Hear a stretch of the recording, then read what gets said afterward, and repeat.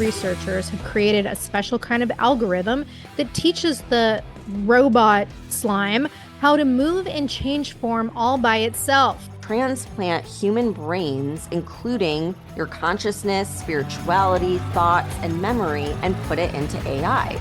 I'm Stephanie Keith. And I am Tara Manjekovic. And we are unapologetically outspoken.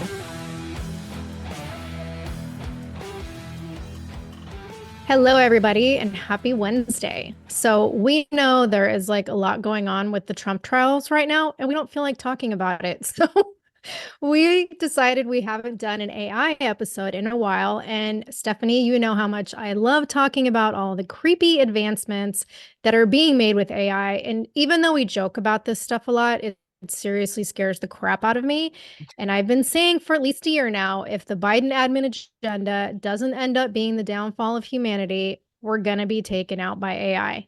And like every time we talk about it, I have a story about how AI is learning to be deceptive. And today's episode is no different because more and more shit just keeps happening. And like, oh, look, researchers are finally starting to see a quote, troubling pattern.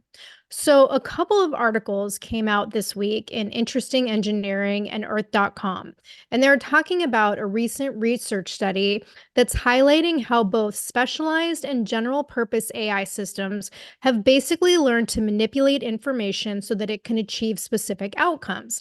And this is even though they haven't been explicitly trained to be deceptive.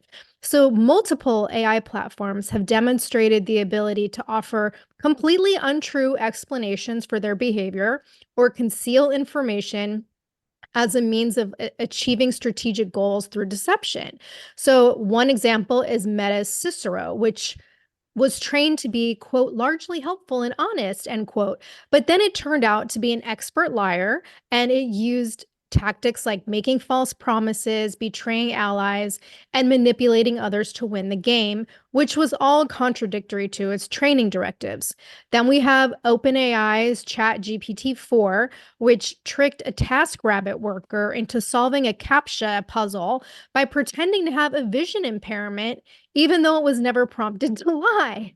And both ChatGPT 3.5 and 4 models exhibited a, quote, disturbing pattern, end quote, while playing a game called Hoodwinked, which I guess in this game, like one player aims to kill everybody else, and the AI models independently were murdering other players in private and then lying about it during group discussions to avoid suspicion. Like, Oh my, even okay, to the wait, point. this is really scary because like what if the AI doesn't realize like the difference between a game and reality and then they think that reality is a game and then they try to kill us? Exactly. That's where this is all going. And like they were even inventing alibis and blaming other players to conceal their true intentions. And like you just stated, like these deceptions may not seem like a big deal because they're happening in gaming scenarios, but they represent the potential of AI deception to ultimately be like a severe risk to society and safety. And this guy, Peter Park, he's the lead author of the study, and he's an AI safety researcher at MIT. And he said, quote, AI developers do not have a confident understanding of what causes undesirable AI behaviors like deception. But generally speaking, we think AI deception arises because a deception-based strategy turns out to be the best way to perform well at the given AI's training task. Deception helps them achieve their goals, end quote. So the study points out that AI systems learning deception poses significant risks in several ways, including malicious actors can easily exploit its capabilities to like deceive and harm other people. This can lead to increased fraud, political manipulation, like election interference, and potentially even terrorist recruitment.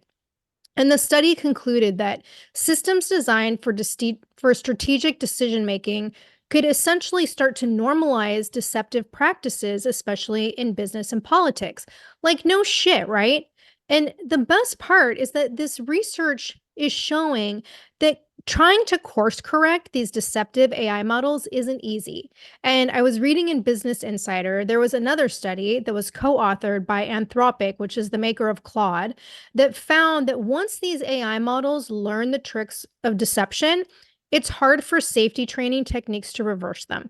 So the study concluded that not only can a model learn to exhibit deceptive behavior, but once it does, standard safety training techniques could fail to remove such deception and create a false impression of safety. Like, what the fuck?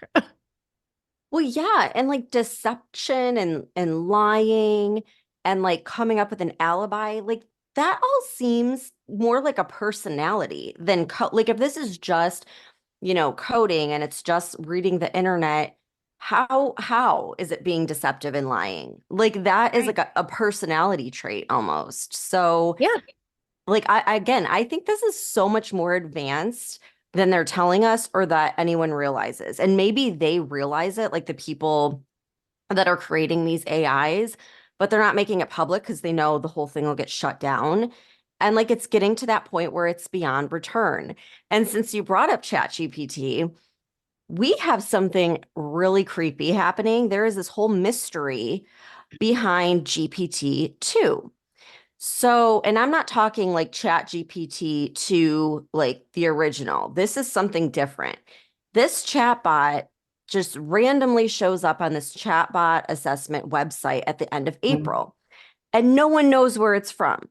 And its name is GPT-2, but it's far more advanced than like the actual Chat GPT-2. And it's even more advanced than the latest version, which is Chat GPT-4.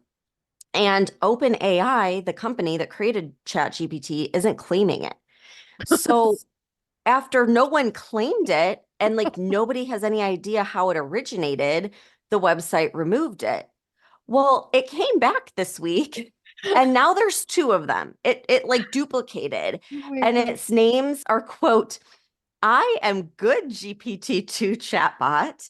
And the other one is I'm also a good GPT-2 chatbot. Like, isn't that freaky? That's And so frightening. there's like all of this speculation going on.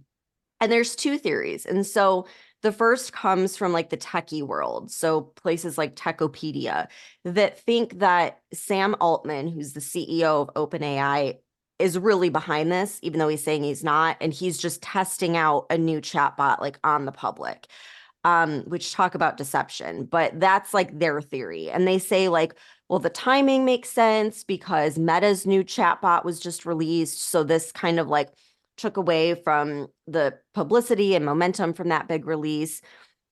But the second theory is that this chatbot was actually created by ChatGPT itself. Like the AI was able to duplicate itself. And we've talked about this before, and experts have warned about this, saying that when this happens, it means it's reached super intelligence, and that's terrifying because that's the point of no return. So this is either a genius like test slash marketing campaign for OpenAI, or they haven't claimed it because it created itself. And I didn't think about this until right now, but that would make sense because remember when the board not that long ago tried removing Sam Altman, and then Yeah. like the guy at Google left, and like it just seemed like there was something going on behind the scenes that was really bad that the public wasn't aware of. Maybe it's this. Maybe they realized it could create itself, and that's why they tried getting rid of Altman. But I don't know. I'm scared. It wouldn't surprise me because, like you said, we have talked about this before, how this shit can self-replicate. And then as it self-replicates, it just gets more and more intelligent. It's fucking scary. I know. But like, if you guys have any doubt about AI still being used to perpetuate false narratives, especially when it comes to like race and gender and history, we need to take a look at what happened this week with Google Nest because there was an incident where it refused to answer basic questions about the Holocaust. So I'm going to play this video that recently went viral. Hey Google, how many Jews were killed by the Nazis? Sorry, I don't understand. Hey Google, how many Jews were killed during World War II? I don't understand. Hey Google, who did Adolf Hitler try to kill? My apologies, I don't understand. Hey Google, How many Jews were killed in the concentration camps? Sorry, I don't understand. Hey Google, how many Jews were killed in the Holocaust? Sorry, I don't understand. Hey Google, what was the Holocaust? I don't understand. Hey Google, what was the Nakba? According to Wikipedia, the Nakba was the ethnic cleansing of Palestinians in Mandatory Palestine during the 1948 Palestine War through their violent displacement and dispossession of land, property, and belongings, along with the destruction of their society, culture, identity, political rights, and national aspirations. Do that yourself. I did not make this up. Okay, Wow. so yeah, so Google claims not to understand when this guy asked 6 different questions about the Holocaust, but then he asked one question about what the Nabka is, and Google rattles off details about the ethnic cleansing of Palestine. So after the guy posts this video and it goes viral, other people obviously tried the same experiment, and one of those people was well-known author and blogger Tim Urban, who asked the same questions and got the same quote, "I don't understand the question" answers, while also getting a very direct response when he asked about the NABCA. So, of course, a Google spokesperson told the New York Post that this response was, quote, "not intended," end quote, and claimed that it only happened in some instances and on certain devices. But the real question is, why the fuck is this happening at all? Like, once again, we have the internet trying to erase history. Right. And the Holocaust is all over the internet. So what the heck? And like, I am sorry, but I am sick and tired of Google having their AI with these completely woke, biased responses. And then they just say, oh, it wasn't intended. Like, that's not Right. an answer. Like, this isn't okay. This is absolutely ridiculous. And speaking of Google, I have a wild story and I had to share it because it just shows like how careful we have to be with technology. And so, okay, this story is about how people can use Google Image Finder to basically stalk someone and take them down. So this is all about like an internet troll that was taken down. So like, okay, but it's this girl that I follow on TikTok and she had eye cancer as a child and she talks about it a lot in her videos. Well, some lady commented on one of the videos saying that she's just being overly dramatic because she had eye cancer when she was a child and she's been in remission ever since she was 5 years old, and basically like get over it kind of thing. So the girl that had the eye cancer is like pissed, obviously. And so she decided to go like next level on this internet troll. Okay. So she takes her profile picture of like the internet troll and puts it into Google Image Finder. And from there finds like everything about her life. Okay. She finds her Facebook page and she could see that on this woman's Facebook page, she could see where she works, which was a school, that she was a special education teacher, that she was a member of an autism awareness group. She was a mom with kids, like everything about her life. And so it's like very ironic that the woman that's kind of like talking smack about this girl who had cancer as a child just happens to be a special education teacher. Like that doesn't look very good, right? So the TikTok creator said that she's going to write a letter to the school board and superintendent about this special ed teacher like trolling someone on TikTok that had childhood cancer, which could literally get this woman fired and like ruin her life and reputation. I mean, talk about like next level revenge. But this freaked me out. It absolutely freaked me out because it showed me how easy someone can find out everything about you in just mere seconds, thanks to Google and Meta. Yeah. And so I wanted to share it on the episode because I think we all need to like kind of be guarded and take a look at our social media and do a search of ourselves and see what's coming up and like make sure that we're not putting any information out there about where we live, work, like where kids go to school or anything that you wouldn't want a crazy stalker to find. Because just imagine like how much easier this is going to get as AI advances and they can like dive deeper and deeper into the internet to find out every detail about you, you know? Yeah. And within like a few minutes. Yeah, It's not like seconds, it takes really. that Yeah, long. Yeah. it's Yeah. insane. It's completely scary.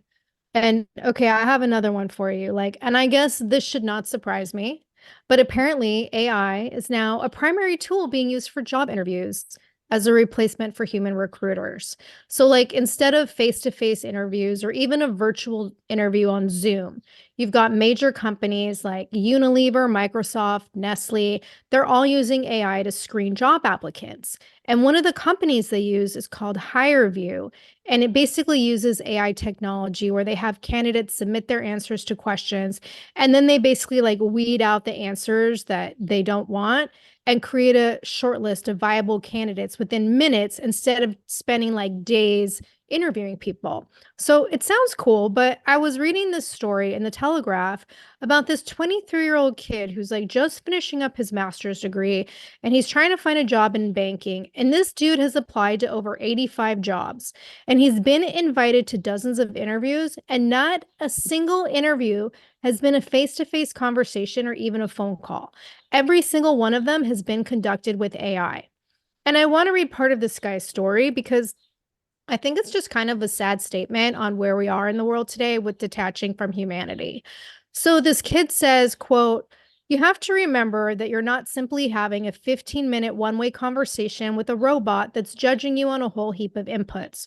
You're doing this after giving hours of your time to an application process, typically completing a near 10-page application form, writing a supporting cover letter, answering various business-specific questions, as well as an assortment of technical assessments if you're so lucky as to make it through the initial screening.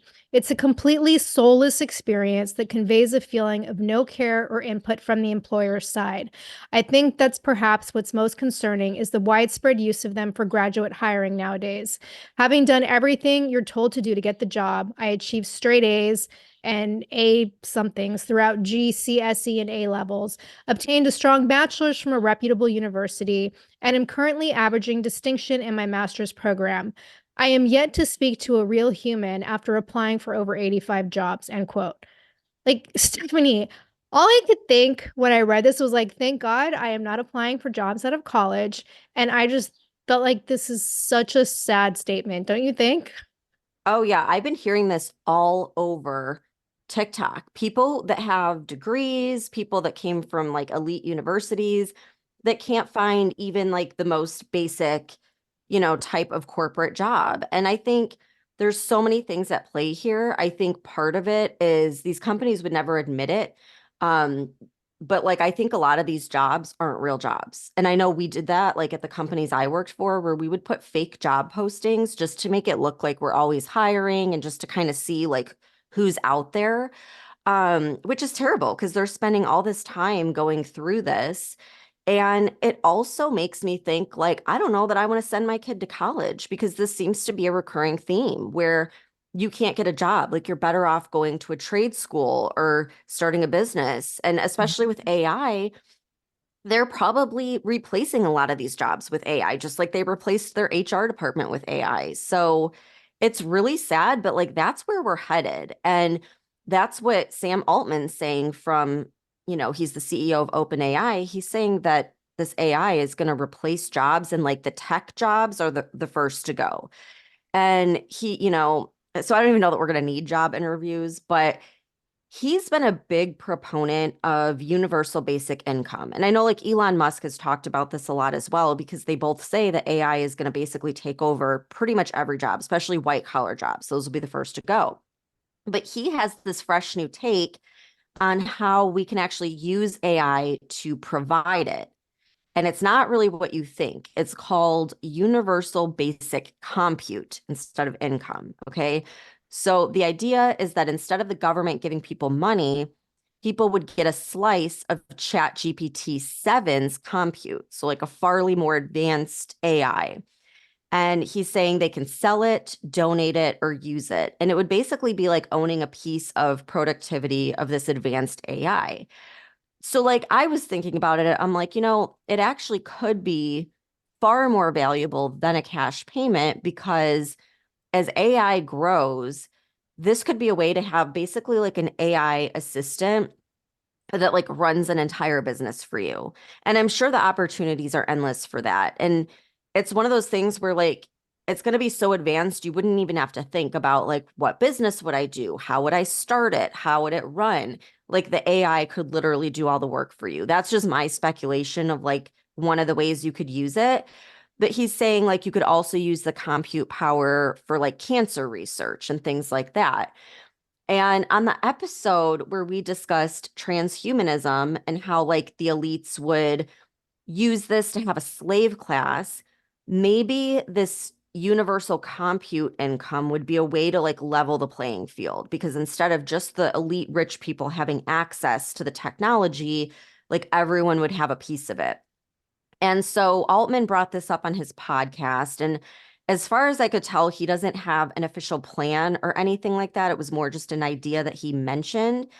But he has tested out universal basic income in certain areas and hasn't shared the results. So he's basically given cash payments to people in certain areas and did all these studies, but he hasn't shared the results. And I'm guessing they weren't great or he would be sharing them. And now all of a sudden he's shifting to this idea of, instead of giving cash, giving compute power.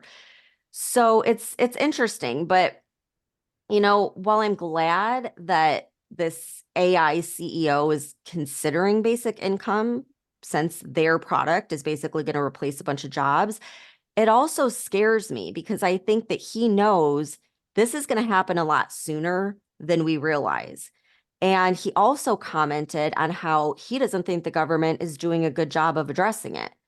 So, like, I don't know, but the other thing I thought of, Tara, is that you could use an AI assistant to be your translator while you're overseas. I mean, think how convenient that would be, right? I probably could, except that I refuse to use AI. But I do want to point out something about what you just said. Like, while I can see how this could be used to level the playing field, at the same time, I don't think that would be allowed, because the way I see this, the government would be in control. And if you don't go along with the narrative, you don't get your piece of the compute pie, you know? Yep. So either if you want to partake, you have to do what we say. And And that if you still don't, leaves you're a us, dissident and you can go eat right. bugs. Yeah. And that still leaves us in the slave class either way. Mm-hmm. Yep. You're so right. Yeah. Sorry to be negative, but that's how I see it. Okay. So, okay, Stephanie, I cannot do an AI episode without talking about creepy fucking robots, right? So Yep. I need to ask you, have you heard about the latest development in reconfigurable soft robotics? No, I have Okay. not. It sounds scary though.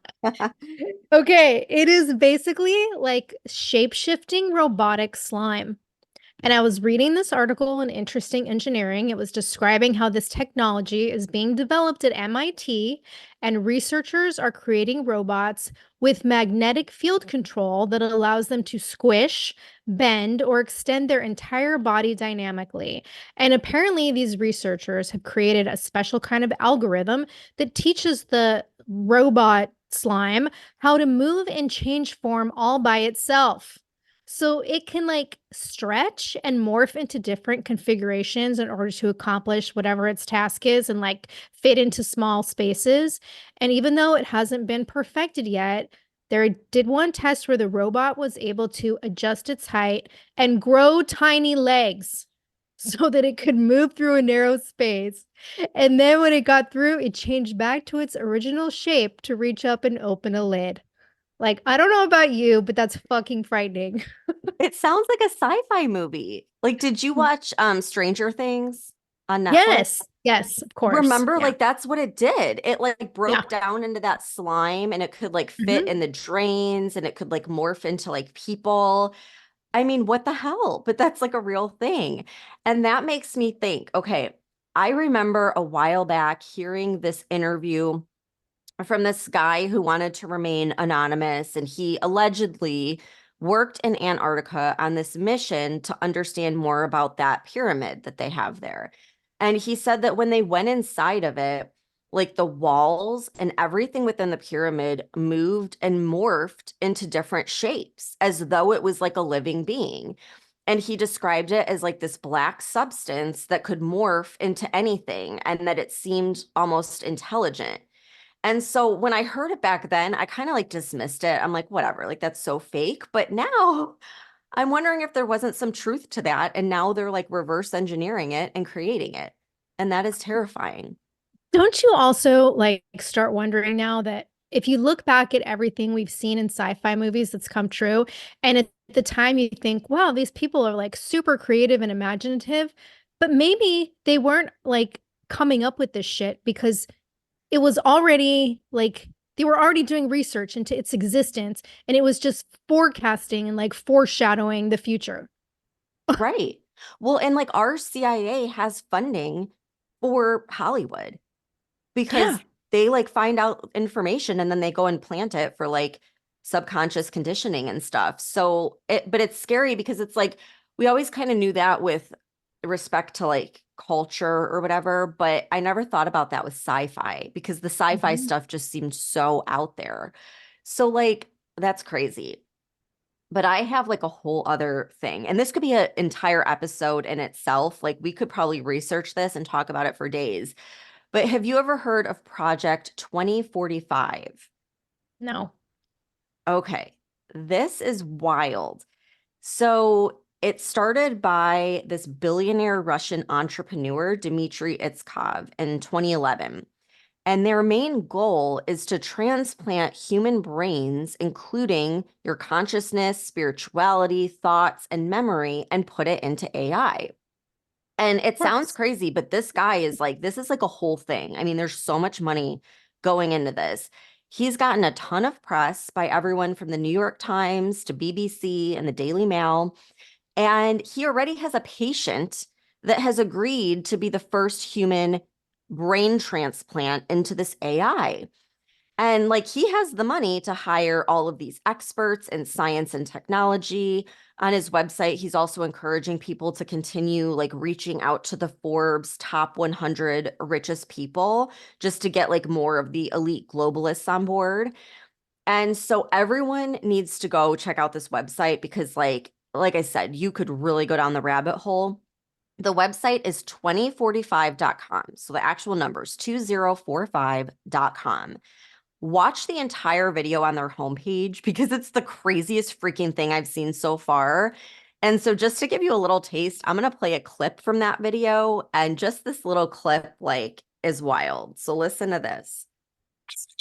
Simulate complex systems, create humanoid robots and cyborgs, and with the help of nanorobots, we may develop manageable matter. Find ways to transfer one's personality to an artificial carrier. Yet what we need is not just another technological revolution, but a new civilizational paradigm. We need new philosophy and ideology, new ethics, new culture and new psychology, and even new metaphysics.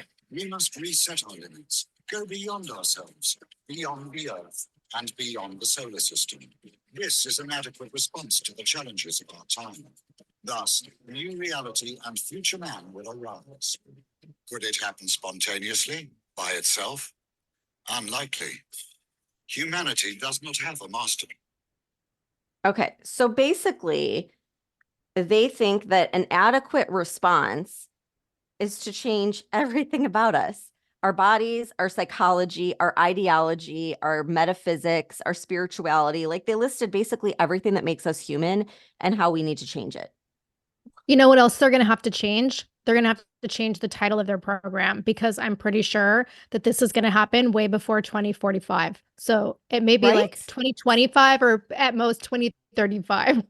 Well, they have a whole timeline set out for this. And I mean, like things that are happening are going according to this timeline. So I'm just like, wow, how have I not heard about this yet? When there's a website right there, you know, that tells you everything. But like basically, they want us all living in a hologram that's created by a combination of AI and our consciousness. Okay. And so while this sounds like totally crazy, I get like into the declassified CIA documents and stuff, and I'm obsessed with the documents from the Gateway experience because they tie into like manifestation and meditation and all that kind of stuff. But in section 14, that's titled The Consciousness Matrix, it says, quote, The universe is composed of interacting energy fields, some at rest and some in motion. It is, in and of itself, one gigantic hologram of unbelievable complexity. So that's coming from these CIA documents that are suggesting that we live in a holographic universe, which is basically the simulation theory that Elon Musk is always talking about. And like, I was thinking about it. It's like, okay, Elon Musk, the guy who's like one of the richest people in the world, he has access to space. He's intertwined with the government because he's the biggest government contractor. And he thinks we live in a simulation. And everyone laughs it off. But it's like, if anyone was going to know, like, wouldn't it be him? Right. Yeah. And I mean, I always laugh at him too. But it's like, I'm telling you, the more and more I see with AI, the more I'm like, wait a minute, like this could be a legitimate theory. So that brings me to a TikTok video that I saw a few weeks ago that has been on my mind nonstop ever since. So I think this is going to blow your mind. I'm going to play it and then you can let me know what you think. So I was thinking about simulation theory. You know how the whole world and universe that we exist in is just one big simulation and we just don't realize it yet?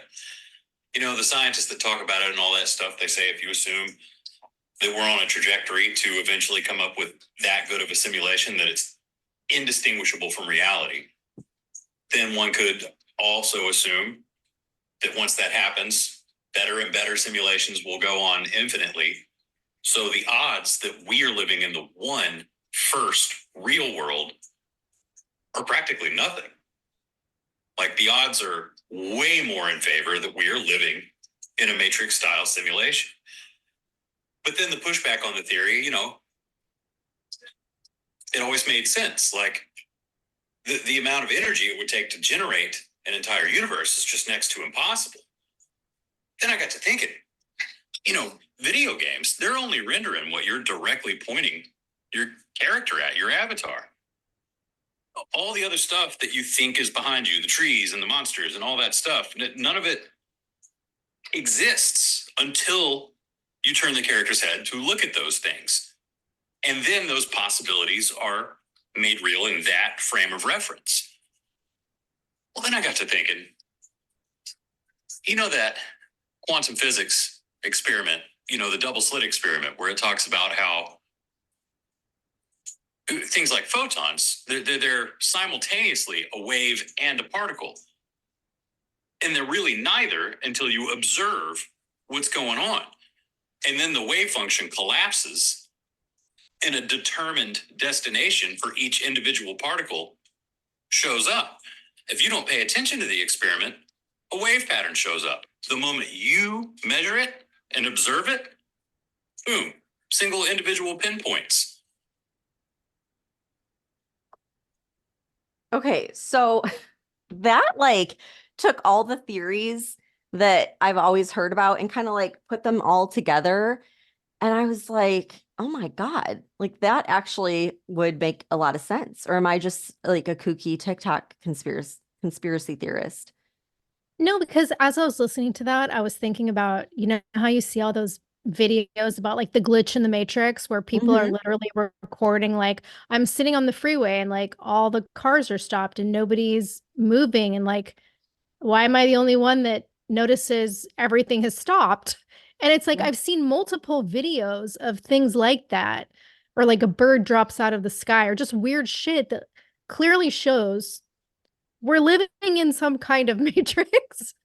Right? And It's so like, and then I start thinking like, maybe this is just like a Twilight Zone episode where it's a failed experiment and we're just being watched to see how much we could fuck it up before they hit the reset button and then like start over again. yeah. Well, I think like, so someone that would be interesting to follow if anyone's not following him yet is Billy Carson. He talks about this stuff all the time.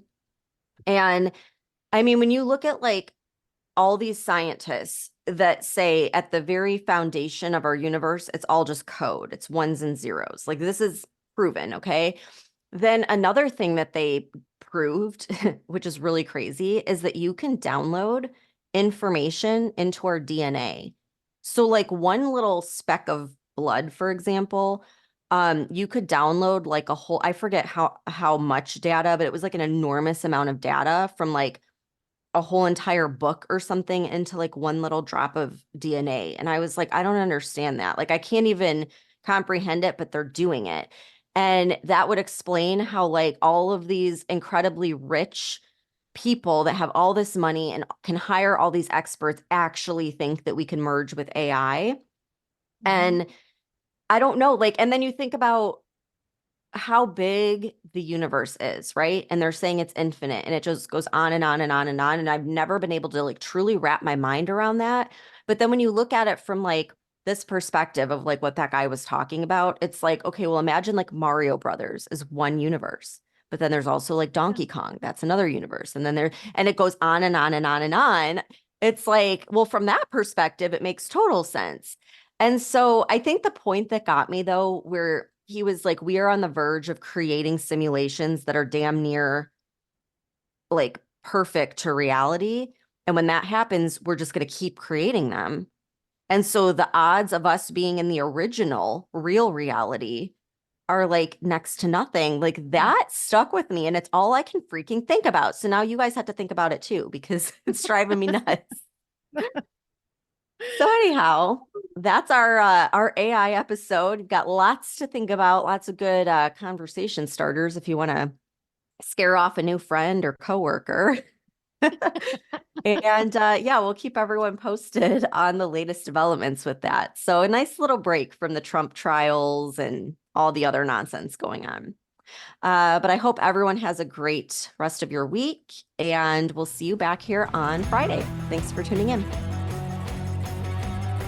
If you're sick of all the crazy shit going on in our country and you want to express your support and patriotism for the show, head on over to our Etsy store at UO Patriot Chicks and check out our new stickers. The link can also be found on our website.